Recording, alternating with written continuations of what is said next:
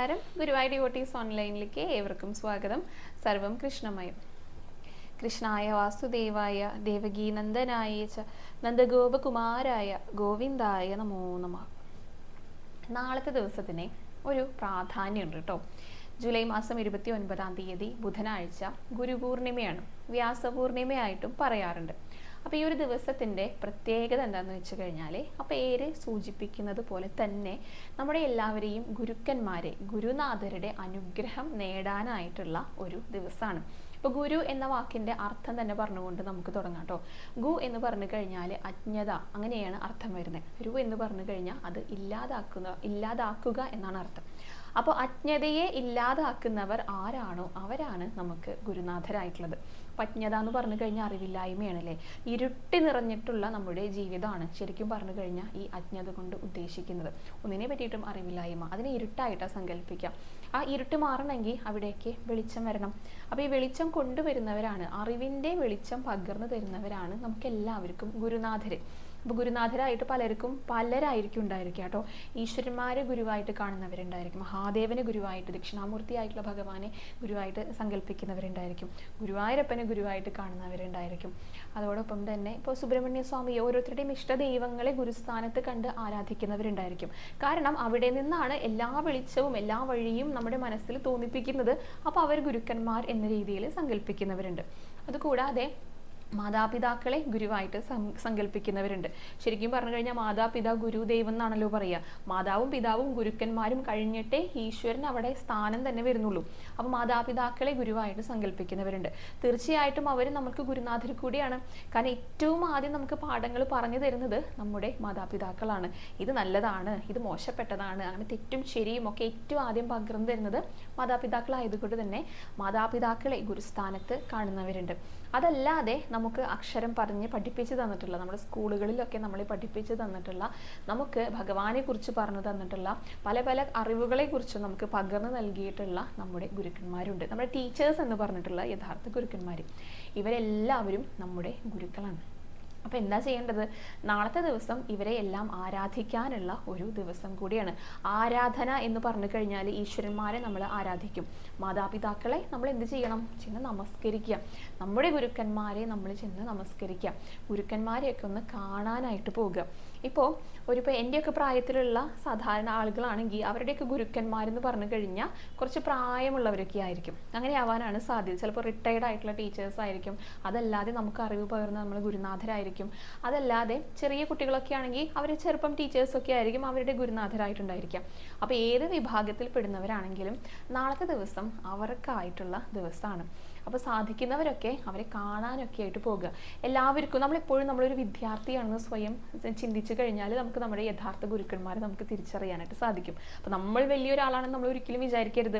നമ്മളൊരു വിദ്യാർത്ഥിയാണ്. കാരണം നമുക്ക് പഠിക്കാനുള്ള കാര്യങ്ങൾ ഒരിക്കലും അവസാനിക്കുന്നില്ല. ഓരോ ദിവസവും നമുക്ക് പുതിയ പുതിയ അറിവുകളാണ് ലഭിച്ചുകൊണ്ടിരിക്കുന്നത്. അത് പകർന്നു തരുന്ന ആരൊക്കെയാണോ അവരൊക്കെ നമുക്ക് ഗുരുനാഥരാണ്, നല്ല നല്ല അറിവുകൾ പകർന്നു തരുന്നവർ. അപ്പോൾ നാളത്തെ ദിവസം നമ്മുടെ ഗുരുക്കന്മാരെയൊക്കെ ഒന്ന് കാണാനായിട്ട് ശ്രമിക്കുക. ഗുരുവിനെ പാദപൂജ ചെയ്യുക, പൂജ ചെയ്യുക, അങ്ങനെയൊക്കെ പറയാറുണ്ട്. പക്ഷെ അതൊക്കെ കുറച്ചും കൂടി വലിയ കാര്യങ്ങൾ. അതൊന്നും ഇന്നത്തെ കാലത്ത് എല്ലാവർക്കും ചെയ്യാൻ പറ്റിയെന്നൊന്നും വരില്ല. ക്ഷേത്രങ്ങളിലൊക്കെ ആണെങ്കിൽ വിശേഷമായുള്ള പൂജകൾ നടക്കുന്നത്, അതായത് പ്രഭാഷണങ്ങൾ, അങ്ങനെയുള്ള ചില ക്ഷേത്രങ്ങളിലൊക്കെ അങ്ങനെ നടക്കാറുണ്ട്. പക്ഷേ നമ്മുടെ കേരളത്തിൽ പൊതുവേ നമുക്ക് എല്ലാ കാര്യങ്ങളൊന്നും ചെയ്യാൻ പറ്റിയെന്ന് വരില്ല. പക്ഷെ നമ്മുടെ ഗുരുക്കന്മാരെ ഒന്ന് കണ്ടിട്ട് ഒന്ന് നമസ്കരിക്കാനൊക്കെ ആയിട്ട് സാധിച്ചു കഴിഞ്ഞാൽ അവരുടെ അനുഗ്രഹം നേടാനായിട്ട് അത് മതി. അവരുടെ മനസ്സ് നിറഞ്ഞാൽ മതി. അതൊക്കെ നമുക്ക് അനുഗ്രഹമായിട്ട് ലഭിക്കും. അപ്പോൾ ഗുരുക്കന്മാരെയൊക്കെ ഒന്ന് കാണാനായിട്ട് പോവുക. ചിലരൊക്കെ ഇപ്പോൾ ദൂരദേശങ്ങളിലൊക്കെ ആയിരിക്കും ഉണ്ടായിരിക്കാം. അപ്പോൾ ഫോണിലൂടെ അവരൊന്ന് വിളിച്ചാൽ മതി. അവർ ഫോൺ നമ്പറൊക്കെ അറിയാമെങ്കിലത്തെ കാര്യമാണ് കേട്ടോ പറയണത്. അവരെ ഒന്ന് വിളിക്കുക. ഇനി ഒട്ടും യാതൊരുവിധ കണക്ഷനും ഒരു കോണ്ടാക്റ്റും അവർ തമ്മിൽ ഇല്ലാത്തവരാണെങ്കിൽ ഇപ്പോൾ വീഡിയോ കേൾക്കുന്നവർക്ക് മനസ്സിൽ തോന്നിപ്പിക്കും, എനിക്ക് ഏറ്റവും എൻ്റെ ഗുരുസ്ഥാനത്തായിട്ട് ഞാൻ സങ്കല്പിക്കുന്നത് ഇന്ന ആളെയാണ്, ഇദ്ദേഹത്തെയാണ്, അല്ലെങ്കിൽ ഈ അമ്മയാണ് എന്നൊക്കെ മനസ്സിൽ സങ്കല്പിക്കുന്നവരുണ്ടല്ലോ. അവരെ മനസ്സിൽ സങ്കല്പിച്ചുകൊണ്ട് മനസ്സുകൊണ്ട് പാദപൂജ ചെയ്തിട്ട് അവരെ ഒന്ന് നമസ്കരിക്കുക. ഇതൊക്കെ വളരെ നല്ലതാണ് കേട്ടോ. പിന്നെ കാണാനായിട്ട് പോകാനായിട്ട് സാധിക്കുന്നവർ അവരെന്ത് കാണാൻ പോകുക, അവർക്ക് എന്തെങ്കിലും ഗുരുദക്ഷിണയൊക്കെ നൽകുക. അത് പണമായി തന്നെ നൽകണം എന്നല്ല കേട്ടോ പറയണത്. അവർക്ക് എന്തെങ്കിലും ഇപ്പോൾ ഒരു മുണ്ടായിട്ടോ അല്ലെങ്കിൽ അവർക്ക് കഴിക്കാനുള്ള എന്തെങ്കിലും ആയിട്ടോ, ഇതൊക്കെ ഉദാഹരണങ്ങളായിട്ട് പറയുന്ന കാര്യങ്ങളാണ് കേട്ടോ. ഇങ്ങനെയാണ് ചെയ്യേണ്ടതെന്നല്ല, ഇതെനിക്ക് മനസ്സിൽ തോന്നിപ്പിക്കുന്ന കാര്യങ്ങൾ ഞാൻ പറയുന്നത്. അവർക്ക് എന്തെങ്കിലുമൊക്കെ കൊണ്ടുപോയി സമർപ്പിക്കുകയാണെങ്കിൽ ഇവരെല്ലാവരും നമ്മൾ മക്കളായിട്ടാവും കാണുന്നുണ്ടായിരിക്കാം. നമുക്ക് ചിലപ്പോൾ അറിയുന്നുണ്ടായിരിക്കില്ല. ഒന്ന് ആലോചിച്ച് നോക്കൂ, ഇപ്പോൾ ചെറിയ ക്ലാസ്സുകളിൽ പഠിപ്പിച്ചിട്ടുള്ള ടീച്ചേഴ്സിനെ കുറേ വർഷങ്ങൾക്ക് ശേഷം കാണുകയാണെങ്കിൽ അവർ ചിലപ്പോൾ തല്ലി പഠിപ്പിച്ചിട്ടുണ്ടായിരിക്കും, വേദനിപ്പിച്ചിട്ടൊക്കെ ഉണ്ടായിരിക്കും, ശിക്ഷകളൊക്കെ നൽകിയിട്ടുണ്ടായിരിക്കും. പക്ഷെ കുറേ വർഷങ്ങൾ കഴിയുമ്പോൾ അവർക്ക് മനസ്സിൽ സന്തോഷം തോന്നാം. ഓ, എൻ്റെ സ്റ്റുഡൻറ്റ്, എൻ്റെ ഒരു വിദ്യാർത്ഥി എന്നെ കാണാനായിട്ട് വന്നൂലോ എന്ന് അവരുടെ മനസ്സിൽ തോന്നിയിട്ട് അവർക്ക് സന്തോഷം കൊണ്ട് മനസ്സ് നിറയും. അതാണ് അന്ന് അവരെ കാണാനായിട്ട് പോകൂ എന്ന് പറയുന്നത്. ബഹുമാനപൂർവ്വം അവരുടെ അടുത്ത് പോകുക, സംസാരിക്കുക, അവരുടെ വിശേഷങ്ങളൊക്കെ കേൾക്കുക, എന്തെങ്കിലും കുഞ്ഞു സമ്മാനങ്ങൾ എന്തെങ്കിലും കൊണ്ടുപോയി കൊടുത്താൽ മതി, അവരുടെ മനസ്സ് നിറയും. അവർ തിരിച്ച് നൽകുന്നത് എന്തായിരിക്കും? ഏറ്റവും വിലപ്പെട്ട അവരുടെ മനസ്സ് നിറഞ്ഞുള്ള അനുഗ്രഹമായിരിക്കും. ഈ അനുഗ്രഹം ഉണ്ടെങ്കിൽ നമുക്ക് മുന്നോട്ട് ജീവിക്കാനായിട്ട് സാധിക്കുള്ളൂ. ഗുരുക്കന്മാരെ നമ്മൾ അനുസരിക്കുക, ബഹുമാനിക്കുക, അങ്ങനെയൊക്കെ ചെയ്തു കഴിഞ്ഞാലാണ് അവർക്ക് ജീവിതത്തിൽ വിജയം ഉണ്ടായിരിക്കുക. ഗുരുനിന്ദ നടത്തുന്നവർക്ക് ഒരിക്കലും വിജയത്തിലെത്താനായിട്ട് സാധിക്കില്ല. ഞാൻ മുൻപ് ഒരു കഥ പറഞ്ഞിട്ടുണ്ട്, പ്രഭാകര കവിയുടെ കഥ പറഞ്ഞിട്ടുണ്ടായിരുന്നു. അതിൽ പ്രകാരം പറഞ്ഞിട്ടുണ്ടായിരുന്നത്, അറിവില്ലായ്മ കൊണ്ടാണ് അങ്ങനെ സംഭവിച്ചു പോയത്. ഗുരുവിനെ വധിക്കണം എന്ന് പോലും മനസ്സിൽ ചിന്തിച്ചു. അതിന്റെ ശിക്ഷ ഗുരു വേണ്ട എന്ന് പറഞ്ഞിട്ടും കൂടെ ഏറ്റവും അങ്ങനെ ചെയ്ത്. പക്ഷെ ഗുരുനന്ദയ്ക്കുള്ള ശിക്ഷ എന്തായിരുന്നു? ഉമിത്തിയിലെ വെന്ത് മരിക്കുക എന്നുള്ളതായിരുന്നു ശിക്ഷ. അപ്പൊ എത്രയും പാഠങ്ങൾ പഠിച്ചിട്ടുള്ള ശിഷ്യനാണെങ്കിൽ കൂടെ ഗുരുവിനെ നിന്ദിച്ചു കഴിഞ്ഞാൽ അവർക്ക് മുന്നോട്ട് പോകാനായിട്ട് സാധിക്കില്ല. അവിടെ നിന്നു പോകും. ആ ഗുരുവിന്റെ മനസ്സൊന്ന് വിഷമിച്ചു കഴിഞ്ഞാൽ അത് നമ്മളെ നെഗറ്റീവായിട്ടാണ് എപ്പോഴും ബാധിക്കുക. അപ്പൊ എപ്പോഴും അവരെ സന്തോഷിപ്പിക്കുക, പിന്നെ എന്താ പറയുക, അവരോട് എപ്പോഴും സ്നേഹത്തോടു കൂടി സംസാരിക്കുക, ബഹുമാനിക്കുക, ആദരിക്കുക, നമസ്കരിക്കുക എന്ന് പറഞ്ഞു കഴിഞ്ഞാൽ ഗുരുക്കന്മാരാണ് എല്ലാതും. നമുക്കൊന്നും അറിയില്ല, ഞാൻ പറഞ്ഞു, നമ്മൾ സ്റ്റുഡൻ്റ് ആയിട്ട് നമ്മൾ സ്വയം വിദ്യാർത്ഥിയാകുക. അപ്പോൾ നമുക്കൊന്നും അറിയില്ല, നമുക്ക് എന്തെങ്കിലും അറിയാം, നമുക്ക് എന്തെങ്കിലും സാധിക്കും, എന്നെക്കൊണ്ട് എന്തായാലും സാധിക്കും എന്നൊക്കെയുള്ള ഒരു തലക്കനം വന്നു കഴിഞ്ഞാൽ ഉടനടി നമസ്കരിക്കാനാണ് പറയാറുള്ളത്. ഗുരുവായൂർ ക്ഷേത്രത്തിൽ പോകുകയാണെങ്കിൽ നമസ്കരിക്കാനാണ് പറയാറുള്ളത്. കാരണം നമ്മുടെ അഹങ്കാരത്തിന് അടിയറവ് വെക്കുകയാണ് ചെയ്യുന്നത്. അത് ഭഗവാന്റെ മുന്നിൽ വെക്കാം, നമ്മുടെ മാതാപിതാക്കളുടെ മുന്നിൽ വെക്കാം, നമ്മുടെ ഗുരുക്കന്മാരുടെ മുന്നിലും നമുക്ക് നമസ്കരിക്കാം. അപ്പം അങ്ങനെ ഒരു സങ്കല്പം കൂടെ ഉണ്ട്.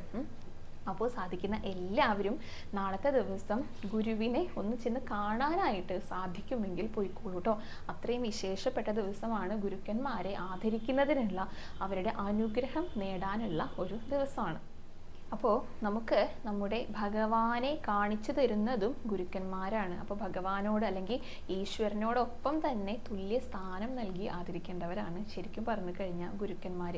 ഗുരുക്കന്മാരും അങ്ങനെ തന്നെ ആകണം കേട്ടോ. ഇന്നത്തെ കാലത്തുള്ള ഗുരുക്കന്മാരിൽ ചിലരൊക്കെ വളരെ മോശം സാഹചര്യങ്ങളിൽ നമ്മൾ പത്രങ്ങളിലും ഒക്കെ ന്യൂസുകളായിട്ട് കാണാറുണ്ട്. അതല്ലാതെ യഥാർത്ഥ ഗുരുവിനെ ഒരാൾക്ക് തീർച്ചയായിട്ടും മനസ്സിലാകാനായിട്ട് സാധിക്കും. അവരോടുള്ള പെരുമാറ്റത്തിലൂടെ, അവരിടപഴകുന്ന രീതിയിലൂടെ ശരിക്കും ഇത് നമ്മുടെ ഗുരു തന്നെയാണ് എന്ന് നമുക്ക് തോന്നിപ്പോകും. അങ്ങനെ അടുപ്പമുള്ളവരുടെ കാര്യമാണ് പറഞ്ഞിരിക്കുന്നത് കേട്ടോ. പിന്നെ നാളത്തെ ദിവസം ഗുരുപൂർണിമ ആയതുകൊണ്ട് തന്നെ ഈ ഒരു മന്ത്രം ചൊല്ലിക്കൊണ്ട് നമുക്ക് ഭഗവാനെ ഭഗവാനെ നമസ്കരിക്കുകയും കൂടെ ചെയ്യാം. ആ ഒരു മന്ത്രം കൂടെ പറയാം. എല്ലാവർക്കും അറിയുന്ന ഒരു മന്ത്രം കൂടിയാണ്. ഗുരുർ ബ്രഹ്മ ഗുരുർ വിഷ്ണു ഗുരുർ ദേവോ മഹേശ്വര ഗുരു സാക്ഷാത് പരബ്രഹ്മ തസ്മൈ ശ്രീ ഗുരവേ നമ. ഇത് 108 തവണ ജപിക്കുന്നത് വളരെ വളരെ നല്ലതാണ് കേട്ടോ.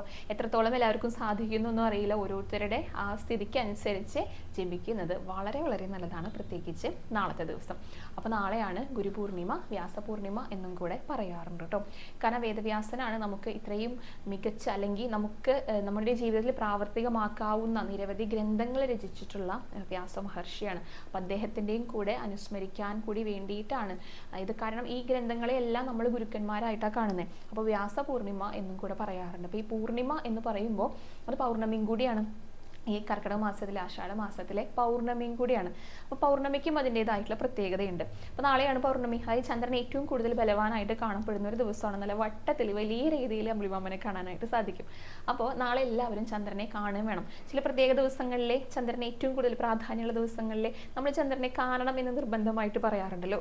അങ്ങനെയുള്ള ഒരു ദിവസമാണ് നാളത്തെ ദിവസം.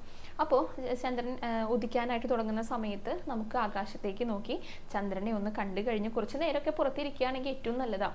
കാരണം ഈ ഒരു മാസത്തിൽ ചന്ദ്രനെ ഏറ്റവും കൂടുതൽ, അതായത് ആ ഒരു അമൃതിനെയാണ് വർഷിക്കുക എന്ന് പറയാറുണ്ടല്ലോ. അതുകൊണ്ട് തന്നെ അത് നമ്മുടെ ശരീരത്തിലേക്ക് ചന്ദ്രന്റെ കിരണങ്ങളൊക്കെ ഏൽക്കുന്നത് വളരെ വളരെ നല്ലതാണ്. കാരണം ഏറ്റവും കൂടുതൽ ആ കിരണങ്ങൾ വർഷിക്കുന്ന ഒരു ദിവസം കൂടിയാണ് ഈ പൗർണമിയുടെ ദിവസം. അതായത് ഏറ്റവും വലിയ രൂപത്തിലാണല്ലോ ചന്ദ്രനെ നമുക്ക് കാണാനായിട്ട് സാധിക്കുക. അപ്പോൾ വൈകുന്നേരമൊക്കെ ചന്ദ്രൻ ഉദിച്ച് തുടങ്ങിയതിന് ശേഷം ആകാശത്തേക്ക് നോക്കുക. അതേപോലെ തന്നെ ചന്ദ്രഭഗവാനെ ധ്യാനിച്ചുകൊണ്ടിരിക്കുക. കാരണം ഇവരൊക്കെയാണ് നമ്മുടെ പ്രത്യക്ഷത്തിലുള്ള ഈശ്വരന്മാർ. അതുകൊണ്ട് അവരെയൊക്കെ ധ്യാനിച്ച്, ഒപ്പം തന്നെ ഒരു പാത്രത്തിൽ വെള്ളമൊക്കെ എടുത്തിട്ട്, അത് മുൻപും പറഞ്ഞിട്ടുണ്ട് കേട്ടോ, ഇപ്രാവശ്യവും അത് തന്നെ പറയുന്നുണ്ട്. കാരണം അതിന് പ്രത്യേകത ഉള്ളത് കൊണ്ടാണ് പറയുന്നത്. ഒരു കുപ്പിയിൽ അല്ലെങ്കിൽ ഒരു പാത്രത്തിൽ വെള്ളമൊക്കെ എടുത്തിട്ട് തുറന്നിട്ട് വെക്കുക. പുറത്ത്, അതായത് ചന്ദ്രരശ്മികൾ ഏൽക്കും എന്ന് ഉറപ്പുള്ള സ്ഥലത്ത്, തുറസ്സായിട്ടുള്ള ഒരു സ്ഥലത്ത് വെച്ച് കഴിഞ്ഞിട്ട് അത് തുറന്ന് വെക്കണം എന്നാണ് പറയാറുള്ളത്. പിന്നെ രാത്രി നമ്മൾ കിടന്നുറങ്ങുന്ന സമയത്ത് ചിലപ്പോൾ വല്ല ജന്തുക്കളൊക്കെ അതിൽ വീണ് കഴിഞ്ഞിട്ടുണ്ടെങ്കിൽ, ജീവികളൊക്കെ അതിൽ ചത്ത് വീണ് കഴിഞ്ഞിട്ടുണ്ടെങ്കിൽ അതൊക്കെ ബുദ്ധിമുട്ടാകുമല്ലോ. അതുകൊണ്ട് നമ്മൾ അവിടെ ഇരിക്കുന്ന സമയത്ത് അത് തുറന്ന് വെക്കുക, അല്ലാത്ത സമയത്ത് അടച്ചു വെക്കുക. പിറ്റേ ദിവസം രാവിലെ എണീറ്റിട്ട് അത് കുടിക്കുക. സൂര്യോദയത്തിന് മുൻപായിട്ട് വേണം കേട്ടോ പോയി എടുക്കാനായിട്ട്. കുടിക്കുന്നത് കുറച്ച് കഴിഞ്ഞിട്ട് കുടിച്ചാലും കുഴപ്പമില്ല. കാരണം സൂര്യരശ്മികൾ അതിൽ എത്തി കഴിഞ്ഞിട്ടുണ്ടെങ്കിൽ ആദ്യത്തെ ആ ഒരു ഇഫക്റ്റ് മാറിയിട്ടുണ്ടായിരിക്കുമല്ലോ. അങ്ങനെ ആ ഒരു ദിവസം മുഴുവനായിട്ട് ചന്ദ്രരശ്മികൾ ഏൽക്കുന്ന രീതിയിൽ വെള്ളം വെച്ചിട്ട് പിറ്റേ ദിവസം അത് കുടിച്ചു കഴിഞ്ഞാൽ അമൃത് കുടിച്ച ഫലമാണ് ലഭിക്കുക എന്ന് പറയാറുണ്ട് കേട്ടോ. അങ്ങനെ ഇടയ്ക്കിടയ്ക്കൊക്കെ ഇങ്ങനെയുള്ള പൗർണമികൾ വരാറുണ്ട്. അതിലൊരു പൗർണമിയാണ് ഈ വരുന്ന ഗുരുപൂർണിമ. അപ്പോൾ നാളത്തെ ദിവസം സാധിക്കുന്നവരൊക്കെ അങ്ങനെയും കൂടെ ചെയ്തോളൂ കേട്ടോ.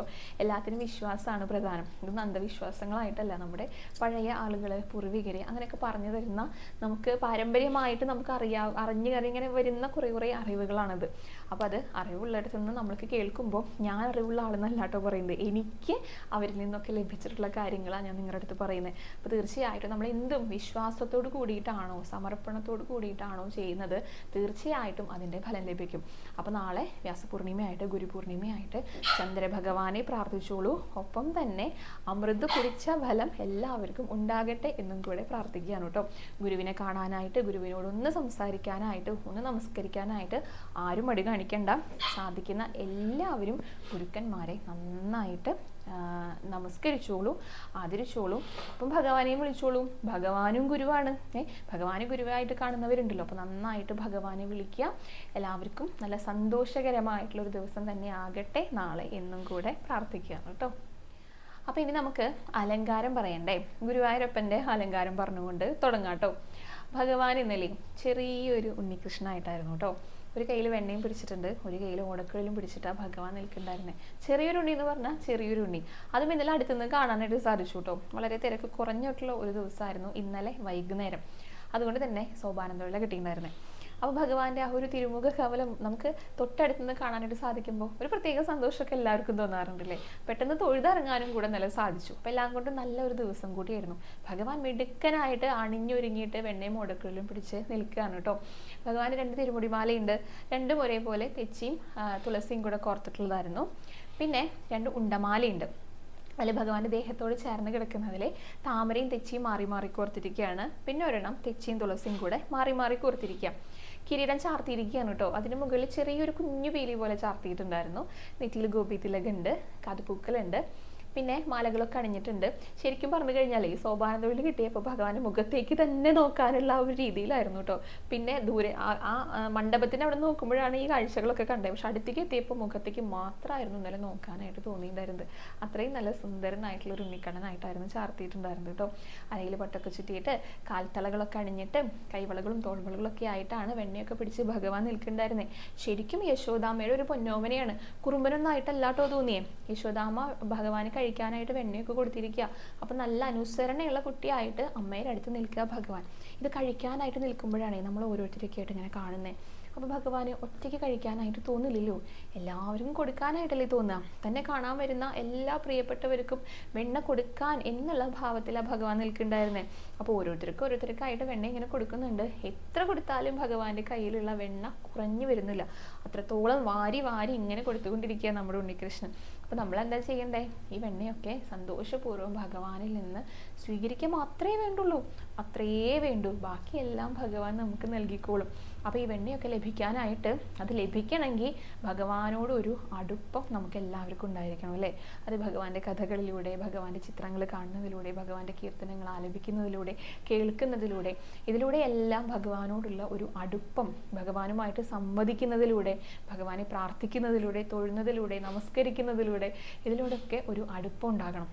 ആ അടുപ്പുണ്ടെങ്കിൽ നമുക്ക് എല്ലാവർക്കും ഭഗവാൻ വെണ്ണ നൽകുന്നതായിട്ട് നമുക്ക് സങ്കല്പിക്കാനായിട്ട് സാധിക്കും. നമ്മൾ സങ്കല്പിച്ചു കഴിഞ്ഞാൽ അത് നമുക്ക് ലഭിച്ചു എന്ന് തന്നെയാണ് ഭഗവാനും അർത്ഥാക്കുന്നത്. അപ്പം എന്താ വേണ്ടത്? ഭഗവാന്റെ കയ്യിലുള്ള വെണ്ണപ്രസാദം എല്ലാവർക്കും ലഭിക്കാനായിട്ട് എല്ലാവരും മനസ്സുകൊണ്ട്, മനസ്സിലൊന്ന് കൈനീട്ടിക്കോളൂ. എല്ലാവരുടെയും കൈകളിൽ ഭഗവാൻ അത് വെച്ച് തരുന്നതായിരിക്കും കേട്ടോ. അപ്പം അങ്ങനെ സങ്കല്പിച്ചുകൊണ്ട് ആ വെണ്ണയും ഓടക്കുഴലും പിടിച്ചു നിൽക്കുന്ന മിടുക്കനായിട്ടുള്ള ഉണ്ണിക്കണ്ണൻ്റെ രൂപം മനസ്സിൽ ധ്യാനിച്ചുകൊണ്ട് നന്നായിട്ട് തൊഴുതു പ്രാർത്ഥിച്ചോളൂ കേട്ടോ. ഭഗവാന്റെ പാദങ്ങളിലെ എല്ലാവരും നമസ്കരിച്ചോളൂ. ഗുരുവായൂരപ്പ ശരണം എന്നൊന്ന് കമൻറ്റ് ബോക്സിൽ രേഖപ്പെടുത്തിക്കോളൂ. അങ്ങനെ ഉണ്ണിക്കണ്ണനെ തൊഴുത് നമസ്കരിച്ചിട്ട് നമുക്ക് ഗണപതിയെ കാണാനായിട്ട് വരാം കേട്ടോ. ഗണപതിക്ക് കുറച്ച് വലിയ സ്വരൂപമൊക്കെ ആയിട്ട് എനിക്ക് തോന്നിയിട്ടുണ്ടായിരുന്നത്. കാരണം ഉടയാടയൊക്കെ നല്ല വലുപ്പത്തിലായിരുന്നു ഉണ്ടായിരുന്നത്. അതിൽ ഒരു ക്രീം കളറിലുള്ള ഒരു ഓഫ് വൈറ്റ് നിറം അങ്ങനെയായിരുന്നു.